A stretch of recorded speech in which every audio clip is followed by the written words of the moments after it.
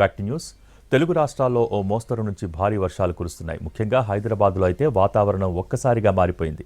ఈదురుగాలులతో కూడిన వర్షం కురవడంతో ప్రజలు, వాహనదారులు తీవ్ర ఇబ్బందులు ఎదుర్కొన్నారు.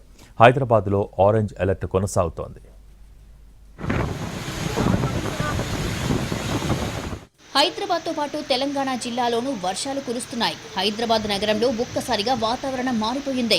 శుక్రవారం మధ్యాహ్నం వరకు ఎండ తీవ్రత, ఉక్కపోతతో అల్లాడిపోయిన నగరవాసులకు సాయంత్రం కురిసిన వర్షం ఉపశమనం కలిగించింది. హైదరాబాద్లోని చాలా ప్రాంతాల్లో భారీ వర్షం కురిసింది. దీంతో లోతట్టు ప్రాంతాలు, రహదారులు జలమయమయ్యాయి. ప్రజలు, వాహనదారులు తీవ్ర ఇబ్బందులు ఎదుర్కొన్నారు.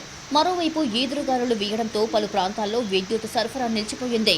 జూబ్లీహిల్స్, బంజారాహిల్స్, మాదాపూర్, నాంపల్లి, హిమాయత్ నగర్, ముషీరాబాద్, విద్యానగర్, రామ్నగర్, ఖైరతాబాద్, మియాపూర్, దిల్సుఖ్ నగర్లో ఒక్కసారిగా ఈదురుగాలులతో వాన కురిసింది. గాలుల ఉధృతి తీవ్రంగా ఉండటంతో పలు ప్రాంతాల్లో విద్యుత్ సరఫరా నిలిచిపోయింది.